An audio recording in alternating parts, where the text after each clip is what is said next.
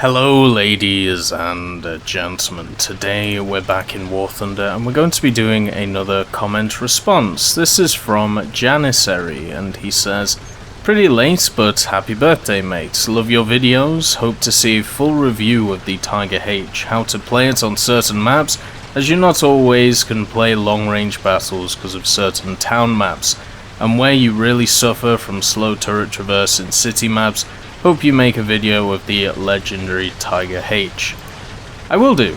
This will be the video. I hope this is good enough for you, Janissary, and also thank you for the birthday wishes, and thank you to everyone who sent me birthday wishes. It was very, very kind of all of you.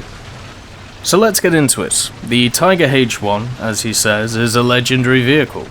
The vehicle itself is probably one of the vehicles which is most widely regarded, especially in the West. Maybe the Sherman is more widely regarded, or when I talk about widely regarded, I mean people actually know what it is. Very much like when you talk about aircraft in World War II, people think of the Me-109, people think of the Mustang and the Spitfire, whereas the Tiger is basically the equivalent of that, so it is very popular. Now, where does it fit in War Thunder? Well, I have actually done a review on the Tiger in the past. I did it ages ago, when Ground Forces actually just came out, so maybe it's just kind of outdated by now. We have had another Tiger added to the game, the Tiger E, and we even have a special premium as well, the VK4501P, which is the Tiger with the Porsche chassis on it, which is a really interesting vehicle. Basically, it's a Tiger turret with the Tiger gun, but it has the Porsche chassis, which is very, very lightly armored. The only real difference between it is the fact that the chassis is lightly armored, so it's easy to penetrate, very flat in most of its areas, and it also has insane reverse for some reason, but if you're looking for differences, that's the only real one. So what we're going to be focusing on is the Tiger H1 and of course the Tiger E. So we're going to focus on the Tiger H1 though, and just take everything I say for the Tiger H1 as for the Tiger E as well. The Tiger E is basically the Tiger H1 with slightly better armor and also the machine gun on the top of it. But even by Gaijin standards now, they believe the two tanks are pretty similar, the fact that they have the same battle rating. The Tiger E used to actually have a higher battle rating than the Tiger H1, but now they've decided they are the same BR. But we're going to take it from the point of view of the H1, just because Janissary has asked for that in itself. So what are the strengths of the Tiger H1? The fact that it has the long-barreled 88mm at 5.7 basically means that you can aim at the core of the majority of vehicles that you're going to fight, and well, it's going to go straight through.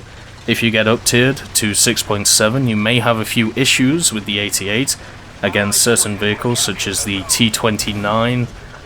Sometimes if you run into certain Russian vehicles which have a bit of dodgy armor, such as the T-34s, but generally, as long as you aim center mass, you are going to go through the target that you're fighting.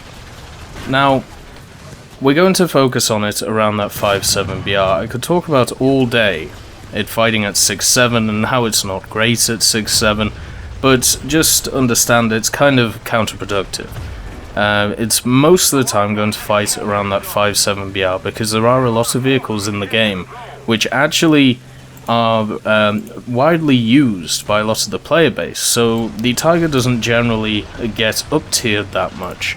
What actually happens is it normally stays around its own tier, and then every so often you'll get a Tiger 2H in your game which has actually been kind of down tiered in a way. So we're going to talk about it from a point of view of it being at 5.7 and what it fights at 5.7. So the key matchups that you have in the Tiger H1, which are the tanks that you're going to fight the majority of the time, are the T-34-85, the 76 Shermans, or the 76 Jumbo as well, or the 76 HVSS, the Easy 8 Sherman, and also the T-25. which is the smaller version of the M26. A very good turret, a very good gun, pretty nippy, but an absolute horrible chassis. It's actually one of my favorite vehicles in War Thunder when it comes to the ground forces, but still, if you look at all of these vehicles, what they have in common is they don't really have a lot of armor. You can generally shoot a T-34-85 wherever you want with a long-barreled 88, and it will go straight through. You can generally shoot a T-25 or a 76 Sherman, or center mass, or wherever you want, and it will go through.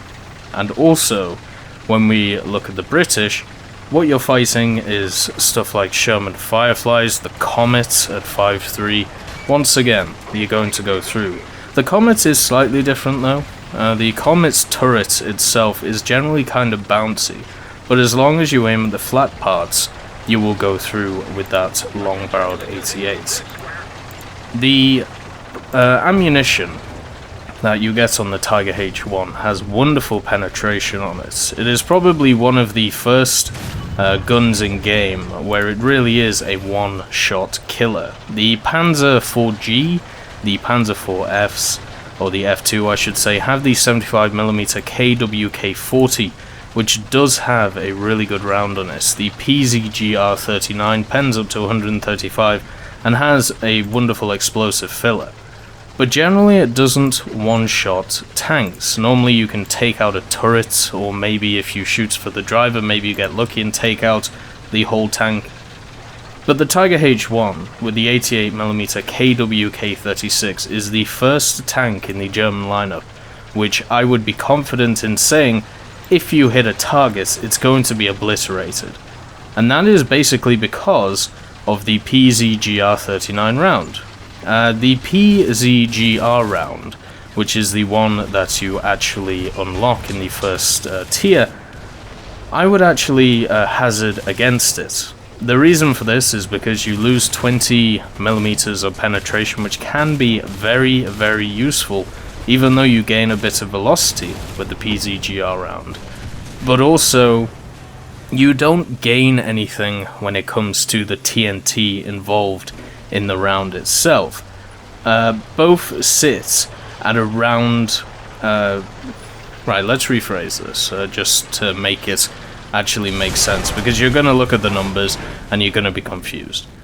So the APC-BC round, which is the PZGR round, has 160 grams of TNT explosive. The PZGR39 round has 108 grams of the TNT equivalent of the explosive mass, which is the H.10 type of explosive. So you have about 60 grams different there when it comes to explosive mass.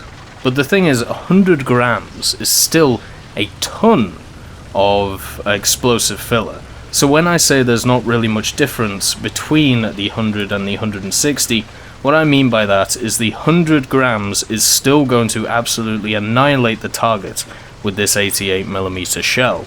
So it's really what you want to weigh up, right? Do you want to take a round which has more explosive filler, slightly faster through the air, so slightly more accurate and easier to aim, but has 20mm less of penetration, or do you want a round which has more penetration, less muzzle velocity by about 40 meters per second, and less explosive filler? For me personally, I prefer having the round which has more penetration. It means that I can more reliably penetrate with the Tiger H1 than if I use the other round, and generally it just means that if I'm in an engagement where the first shell penetrating is the most important part, which is generally the majority of engagements. In World War II, whoever generally fired the first shot actually won the engagement, and also it is the same in War Thunder. Whoever gets that first shot off, even if it's not a completely crippling hit, as long as it penetrates and do damage, you are at a massive advantage to your enemy. So therefore that's why I go for the PZGR39. The H1 also gets heat shells. Now the heat shells are useless. They pen 110, which is pretty good, with a muzzle velocity of 600, and they have a wonderful explosive mass. But as I talked about before, the PZGR39 and the PZGR rounds already have enough explosive mass, making the heat shell completely redundant. If you want to take some HE shells, go for it if you want to hull break some vehicles, but you can still hull break them with your normal rounds. So the fact that the Tiger H1 can carry 92 rounds of ammunition is absolutely insane. What I would say is either take 20 or 30 rounds of PZGR39. This would mean that certain ammo racks are not filled up, such as the ones on the side of the vehicle. What you want to do is to try and make sure that the majority of those ammo racks, which are located on these sides, are just not there. Basically, because if somebody shoots you in the side, you don't want the whole machine to just explode. So you want to try and just fill the bottom. If you fill some in the side, that's completely fine. But you don't want to take 92 rounds on this machine. You're never going to fire 92 rounds in a battle. I think generally around 30 is a good amount, because you've got to remember, you're going to be one-shotting, or at the most two-shotting, the majority of vehicles that you fight at this BR of 5.7. So therefore, there is no real need to take more than 30 rounds. Even 20 should be enough, as long as your accuracy is good. Now, the Tiger E does have APCR rounds, which are the PZGR40. They pen up to 220mm, but generally I wouldn't say that that's useful. I would still use the PZGR39 rounds. If you need that extra penetration, that's good. Generally you won't find a lot of tanks around this BR, especially around the BR of 6.7, which is where you will be using these APCR rounds, which have a lot of flat surfaces. The T29, once again, is a vehicle that you will face. The T34 is another vehicle. The flat surfaces on that tank are very minute. So if you are, if you are going to take the APCR rounds, the only time you take them is in that situation, if you know that you've been up-tiered. But anyway, let's get on to the strengths of this tank. The strengths of this tank is the turret and the gun. That's basically it. It is quite a nippy tank once it gets up to speed, which is nice. And also it doesn't get affected by any of the issues that it actually had historically when we come to engine issues, when we come to fume issues, when we come to general issues which aren't present in War Thunder. It also has now the ability to launch a smoke screen, and as long as you cover that front flat plate, generally people will not be able to one-shot you, and therefore you will be able to use your smoke screen to great effect. Now, what do I mean about that? The Tiger H1 is prouded as a machine which has great armor. Now, that is true in some cases. The turret itself is an annoying arsehole thing to try and get through. It is a rough shot to actually hit the turret with only hitting one component. Like, if you are able to shoot the turret and be able to go through it, then that's great. But what generally happens is if you try and aim for the gunner, which is located on the right side of the Tiger if you're looking at it from the front, then it's very hard to penetrate that turret. What is much better to go for is the flat part where the driver and the machine gunner sit. From there, if you penetrate with the majority of rounds that you use, so I believe it's the M82 shot for the Americans, yeah, the M82 shot, and then for the T34-85 it's the APHE shot, you will be able to pen the 100mm of the flat surface which is sat there. So by penetrating that, you basically just annihilate the tank. It will kill everyone inside, maybe leaving one or two members, and that's really about it. So what do you have to do as a Tiger driver? You have two options. You either try and hide your hull, so basically get behind a hill, or get behind some rubble, as he said on a city map, that's maybe where he struggles, and then just pop your turret out in the front looking down a road. Or you can try and angle it. Now you can angle it with some effect, but you've got to remember you do have the side of this tank as well, which is only 82mm. The most you're going to be able to angle it at is maybe 150 effective thickness. before you start exposing your side to the enemy. So 135 effective thickness or 140 is probably generally where you're going to get to, which will actually do you some pretty good work. If we look at the M82 shots, it pens 165, so it's still going to go through, but maybe it doesn't explode straight into your turret and kill everyone. If we look at the T-3485, with its BR365A shell, it has 142, so that might actually bounce. So there is a reason to try and angle the front of this thing, if you feel like it, but don't rely on it. The only armor you can generally rely on is the front of your Tiger turret. That's basically it. Something that is also talked about quite a lot is the driver's port and the machine gunner port. The driver's port for a long time on the Tiger H1 was seen as a weak spot, and I don't really know why. Maybe it's the fact that it has 80mm of armor. The issue is, if you actually look at the driver's port, then you look at where the armor is behind it, it is backed up by 100mm of armor. So you have an effective thickness of 80 plus 100, which is 180, plus spaced armor, so you're probably looking at around 200, if not more. So therefore, don't shoot at the driver's port, just shoot at the flat part straight in the middle of the tank, or shoot at the flat parts by the side of the machine gun port and the driver's port. Then you will hit the ammo and probably hit the stuff in the turret. But let's get back to actually how to play the Tiger H1 instead of just how to kill it. Generally, I think the majority of people in the game now know how to kill it, and that is something you've got to take into account. The Tiger H1 on release of Ground Forces was an absolute beast. The only thing that was really in its wheelhouse that could effectively deal with it was the T-3485, and even then it struggled, just because of the armor of the Tiger H1 and the people driving it. A lot of people used to bring out IS-2s to deal with the Tiger, and even then would sometimes bounce off the turret. So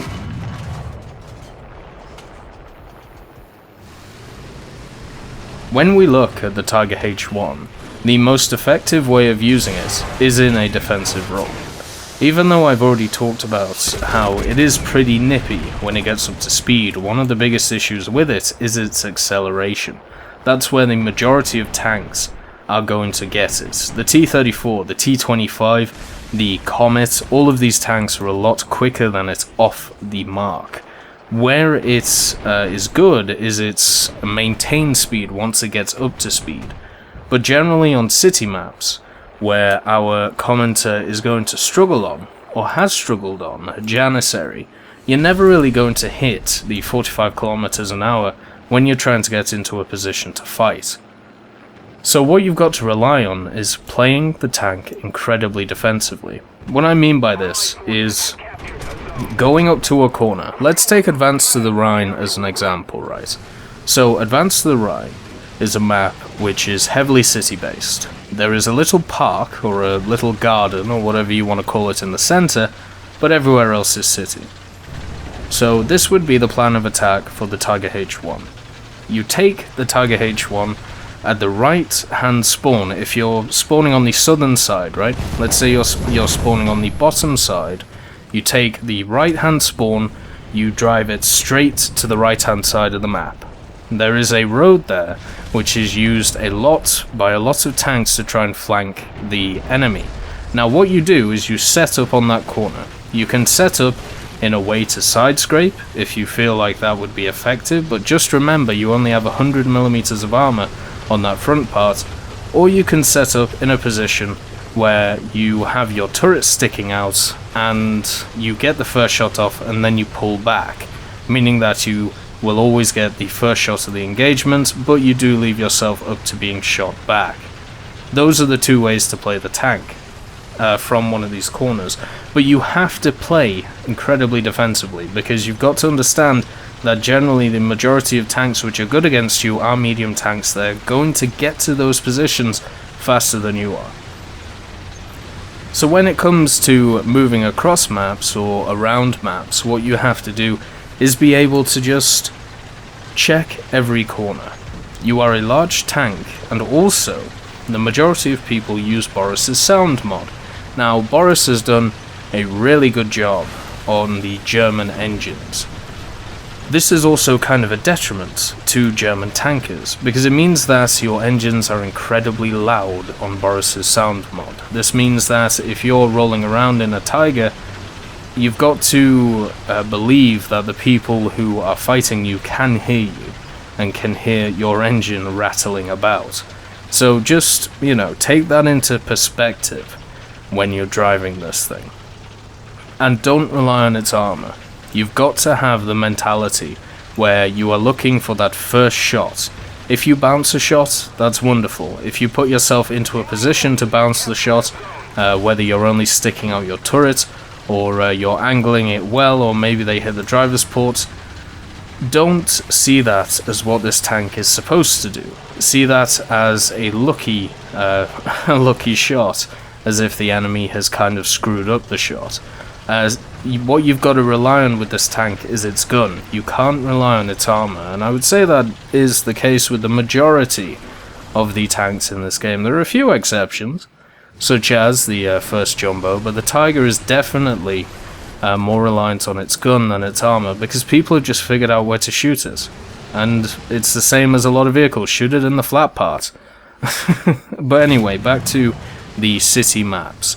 So, in the initial engagement, you sit at a corner. You either decide to side scrape, which can be detrimental, because you only have 100 armor on the front, so you have to expose part of your front before you can get your gun on target.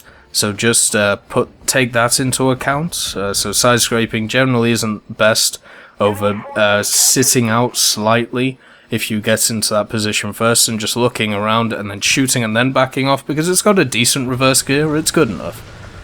But after that initial engagement, let's say you win that initial engagement. Pushing up can be quite hard to do. The reason for this is because the Tiger doesn't have a stabilizer. When you stop it, its suspension really does bounce quite a lot, therefore making the shot quite hard. So if you're not used to the bounce that the suspension does when you have to halt to take a shot, stick it into the first cruise control.